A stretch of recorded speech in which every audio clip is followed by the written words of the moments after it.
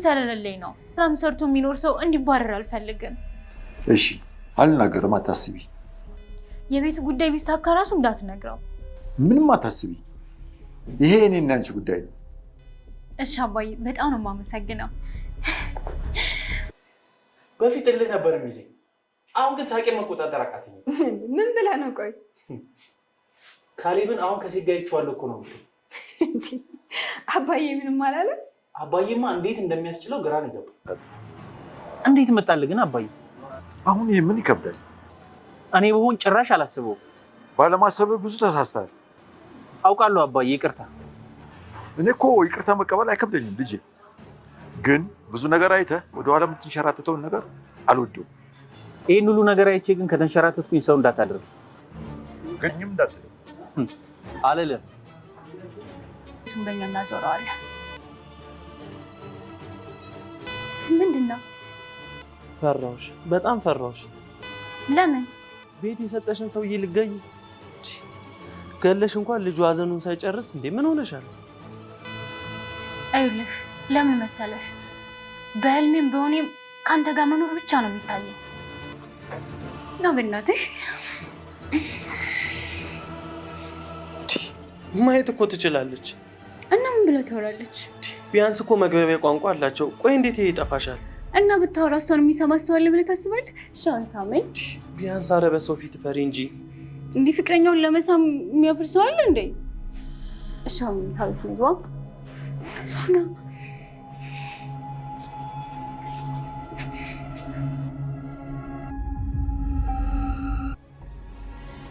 አባዬ እያወቅ የቱን አትበለኝ። መሳሪያው የት ነው ያደረግከው? የሰራተኛዋና የትሁት ፍጥጫ በጣም ይገርማል። እንግዲህ ካሌብ ወደ ፈለቁነት ተቀይሯል። በጣም የሚገርም ነው። እንግዲህ ትሁቴም ካሌብ መሆኑን ስታውቅ በድንጋጤ ራሷን ልትስት ነበር። እሱ ግን ሊያረጋጋት ችሏል። ሰላም ጤና ይስጥልን። ውድና የተከበራችሁ የቻናል ቤተሰቦች እንኳን ወደ ቻናል በሰላም መጣችሁ። ዛሬ እንግዲህ የግፈኛው ሚስትና የሰራተኛዋ ትሁት ፍጥጫ ክፍል 23 ተለቀቀ። ወደ ክፍል 22 ስንመለስ እንግዲህ ካሌብ ንዴቱን ስሜቱን መቆጣጠር አልቻለም። ፈለቁ ሆኖ ቀርቦ የሚያወሩትን የሚያደርጉትን ነገር ትግስቱ አፍንጫው ደረሰ። ያን ነገር ሲያወሩ ሲሰሙ ሩጦ ወደ ትሁት ጋር ኪችን ነበር ሄዶ ቁጭ አለው። ምን ቅር ብሎ ሄዶ የሚያወሩትን ነገር እሱን ገለን እንደዚህ ብሩን ወይም ቤቱንም እንወርሳለን እያለች ነበረ። ይሄን በምትል ጊዜ ነበረ ስሜቱን መቆጣጠር ያልቻለው ካሌብ ዘሎ ወደ ኪችን የገባው። የዚህም ጊዜ እምቢ በላቸው ወንዶች ቆረጠ በማለት ዘሎ ትሁቴን ያፍናታል። በዚህም ጊዜ እንዴት ለምን ይሄን ማድረግ አስፈለገ በማለት ትሁቴን በጭንቀት ልትወርቅ ትላለች።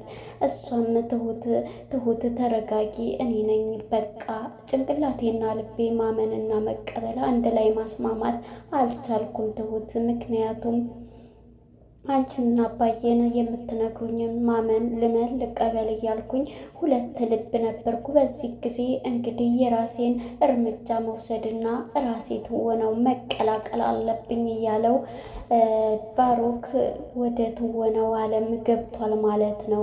በዚህም ጊዜ በቃ ይሄን ማየቱ ላንተ በቂ ነው፣ ከዚህ በኋላ በቃ እያለችው ነበር። ምክንያቱም ስራቸውን ስለምታውቅ ትሁቴ ይህን ሁሉ የሚያደርጉትን ብልግና ስለምታውቅ ይሄን ካየ ጭንቅላታቸውን ወይ እነሱን ጎርቶ ራሱን እንትን ይላል የሚለው ነገር ስላደረባት እባክህን ስትለው ነበር። ይሄ ፈታሁሽ ብዬ የሚቀር ብቻ ይሁን ብለሽ ታስቢያለሽ? ብኔ ፈታሁሽ በቃ ብዬ ስለዚህ የሚያደርጉትን እስከ መጨረሻው መከታተል አለብኝ፣ ወደ ትወናው ዓለም መግባት አለብኝ በማለት ባሮክ ወይንም ፈለቁ ሆኖ ቀርቧል ማለት ነው።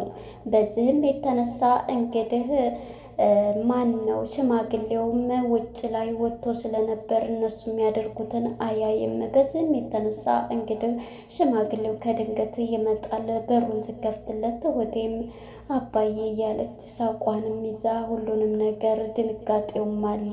ፈለቁ እንዴት ናት? እየተንከባከብሻት ነው ፈለቆን ሲል ሳቋ ይመጣል። ነገረሽ እንዴ እያለኝ ነበር። አባዬ ቀድመህ እኮ ብትነግረኝ በአፍንጫዬ ድንጋጤ ሊወጣ ነበር ትለዋለች። ይኸው መናገሩ ማይቀረ ሚስጥር አረገው እንጂ እያለ ነበረ። ይህ ማድረጉ ጥሩ ነው ብለህ ታስባለህ አባዬ ትለዋለች።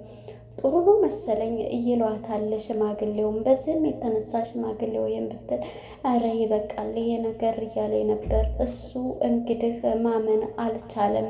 ማየት ማመን ነው፣ በአይኔ ማየት አለብኝ በማለት ትወናውን አለም ተቀላቅሏል በማለት እያስረዳታል። በዚህም የተነሳ እንግዲህ ትሁት ምንም የማታፍረው ባለጌዋ ሁሉንም ነገር ከዳኒ ጋር የምታደርገው ነገር እንግዲህ ፈለቁም ፊት ለፊት ቁጭ ብሎ እያለ ነው እንግዲህ እህቱን ሽማግሌው ፈለቁ ጋራ በአንድ ይመጣሉ።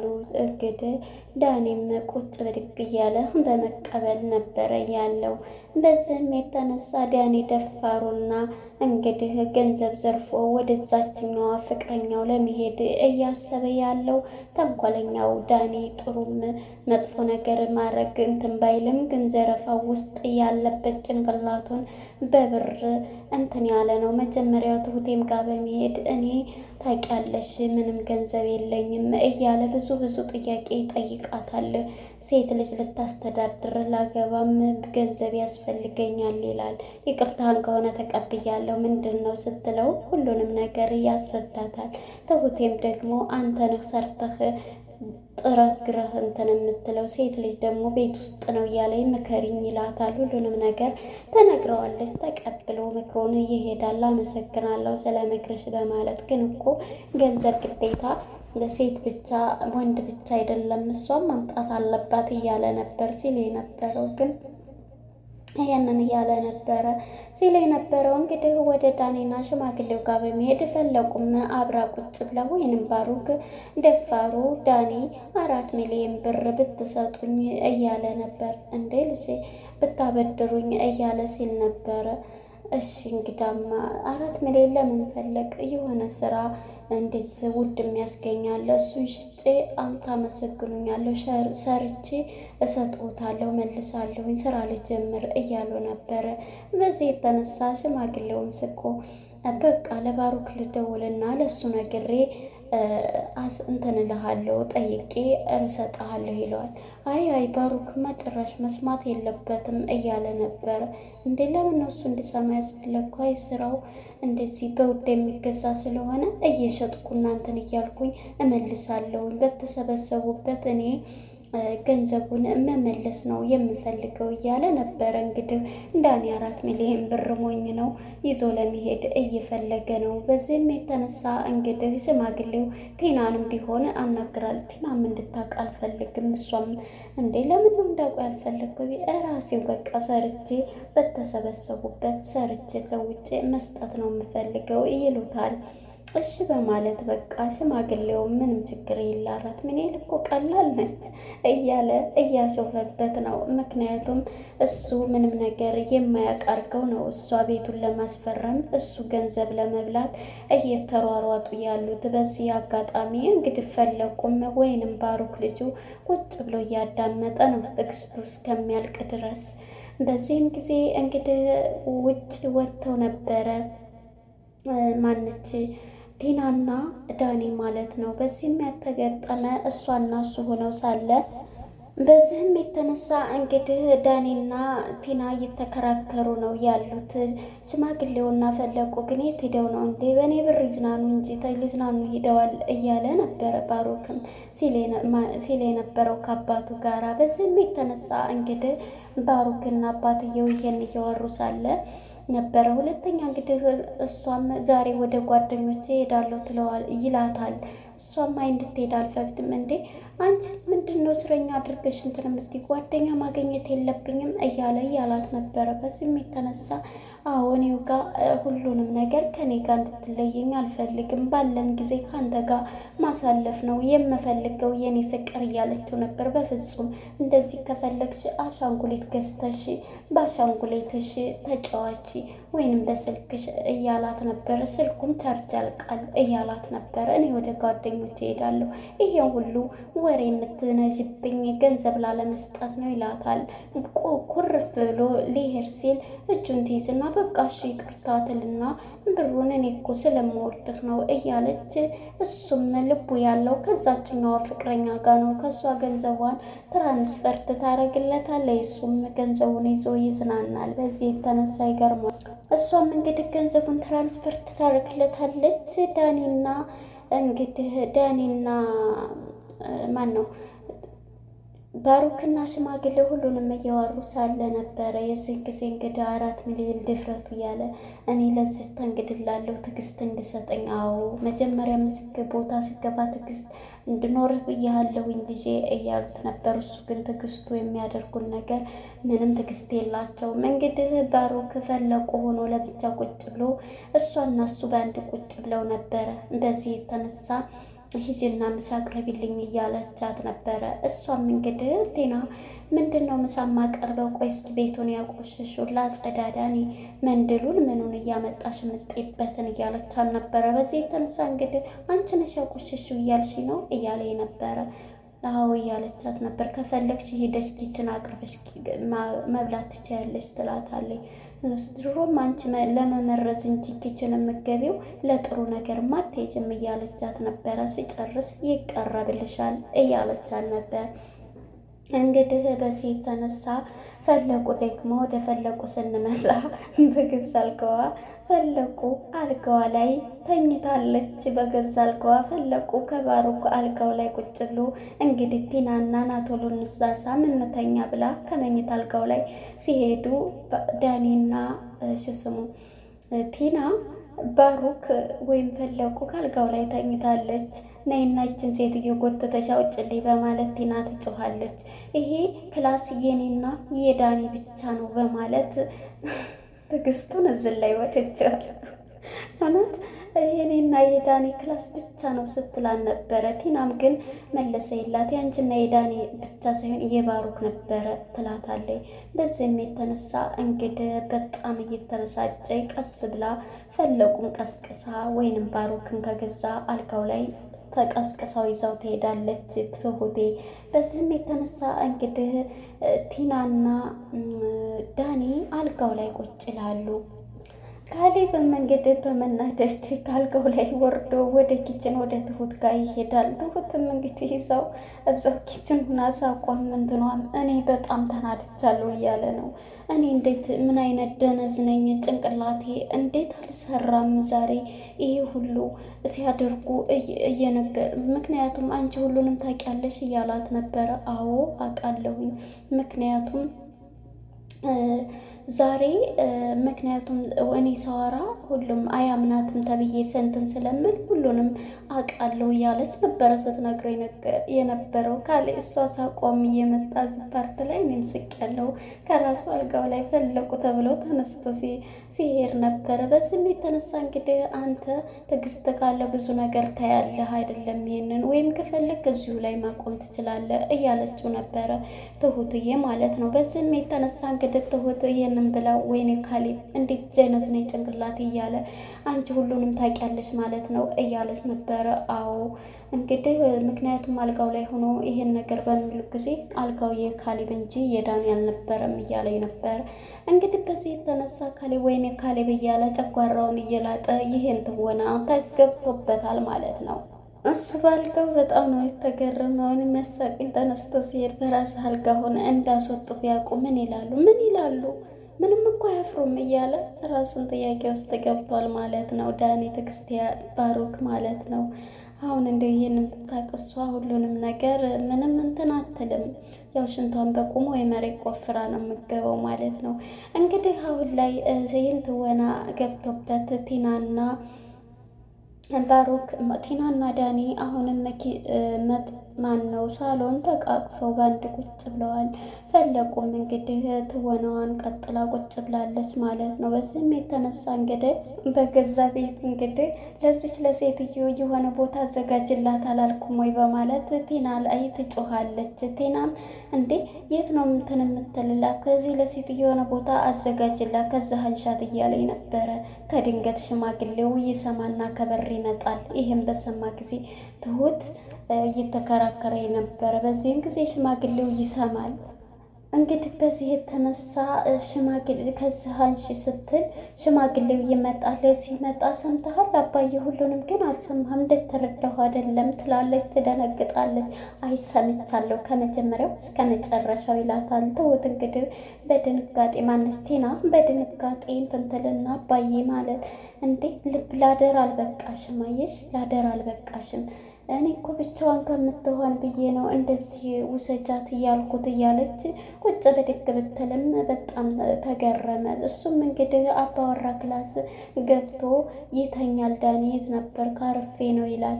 ቢሆንም አባወራ መኝታ ቤት እያለው ነበር። ይቅርታ አባዬ እያለ ነበረ። እንግዲህ ቲና ምን ቅር እያለች ወደ ትሁት ጋ ነው ንዴቷን ልታበርድ እየሄደችው ኪችን። በዚህም የተነሳ እያቃጠርሽ ነው ትላታለች። አዎ ትላታለች ትሁቴ። በዚህም የተነሳ ማንም አይሰማሽም፣ ማንም አያውቅሽም፣ ባሌም አይሰማሽም፣ ሽማግሌውም ቢሆን አያስታውስም እያለኝ ነበረ። በእንጂ ያለፈውን እንጂ የአሁኑን ያስታውሳል ትላታለች። ተመናቅራ ትሄዳለች። ቦምቡን ወደ አንቺ እንዲያላዞረው በማለት እንግዲህ ትሁትም እየሳቀይ ስልኳን እያይካይተለች። እንግዲህ ዳኒም ፈለቁ ጋር ቁጭ ብሎ ነበርና ተድንገት ትመጣለች ከእሷ ጋር ተመናቅራ። በዚህም ጊዜ እንግዲህ ሰውየው ስለሰማ በጣም ተደናግጠዋል ሁላቸውም። አንቺ ሲጀመር ምን አደረገች ሴትዮዋ ብትቀመጥ እያለኝ ነበር። ራስሽ ነሽ ያጠፋሽው እያለኝ ነበር። አንተ ደግሞ እኔ ላይ እንትን ትላለህ እና ማን ያስተካክልልሽ?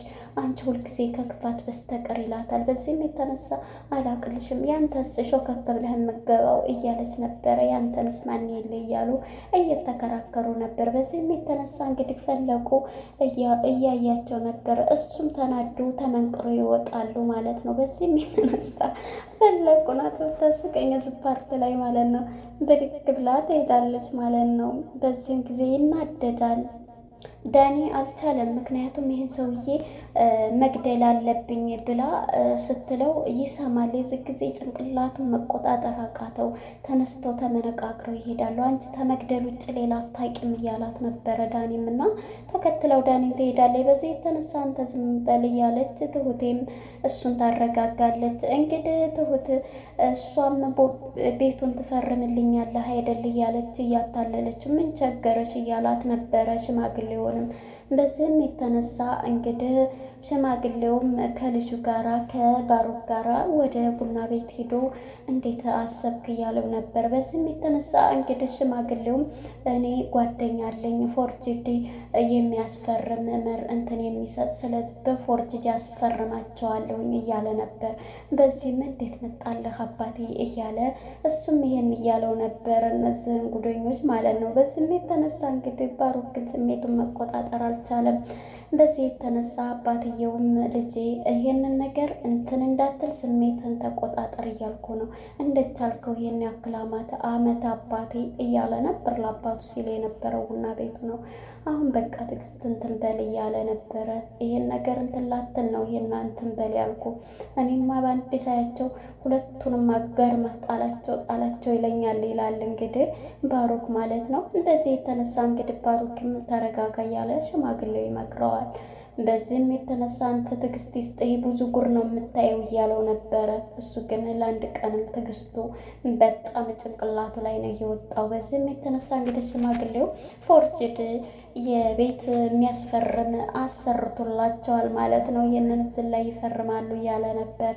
በዚህ የተነሳ እንግዲህ ዳኒና የተለመዱት ማነች ዳኒና ቲና ወደ አልጋ መኝታ ቤት በሚሄዱ ጊዜ እች ሴት እንዳትመጣ በማለት እንግዲህ ማነች ቲና ሁሉንም ነገር እንትን ብላለ አትመጥ በማለት የዚህ ጊዜ ትዕግስቱ አፍንጫው የደረሰው ማን ነው